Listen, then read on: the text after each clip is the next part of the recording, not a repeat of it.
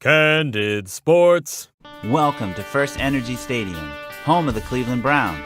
If you're a Cleveland Browns fan, you are really, really faithful. The Browns have a long, rich history of football. Before football was the National Football League, and no one really knew what football was. It's been a long time since they've given their fans something to cheer about.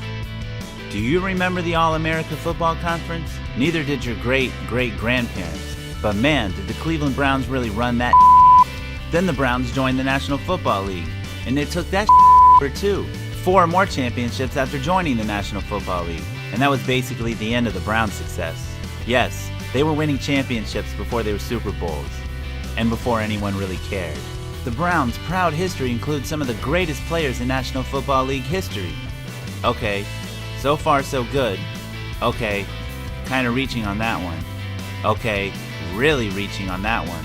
Okay, I see where we're going with this.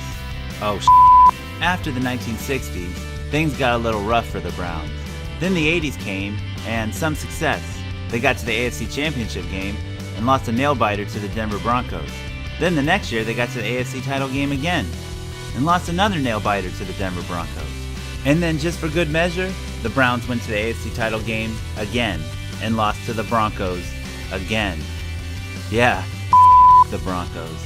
At least the Broncos didn't win any Super Bowls from all those wins. And after all that, yeah, there's not much else.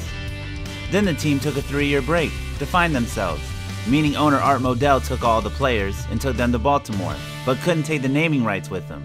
The Baltimore Ravens began play, and 3 years later, the city of Cleveland is awarded an expansion franchise, the Cleveland Browns, a new old National Football League franchise. What? Cleveland isn't the first city to lose a team, but to get the Browns back. So let's recap. So it'd be like if you and your significant other took a 3-year break. You guys were really happy in the beginning. Then you got into a boring routine. Then your relationship kinda got to a good place, but not completely. Then a counselor intervened and said you needed a break. And after you did reconnect, things were not the same.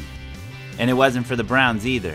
Just 88 wins, 216 losses since re-entering the relationship, 1 playoff trip, and an 0-16 record last year.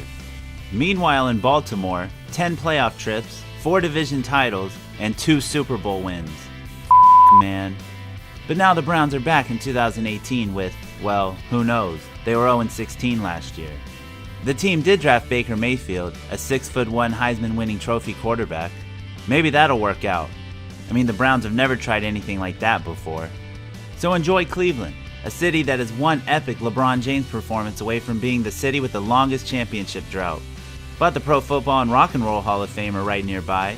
And enjoy the game, and watch football the way it was meant to be watched, with no success whatsoever.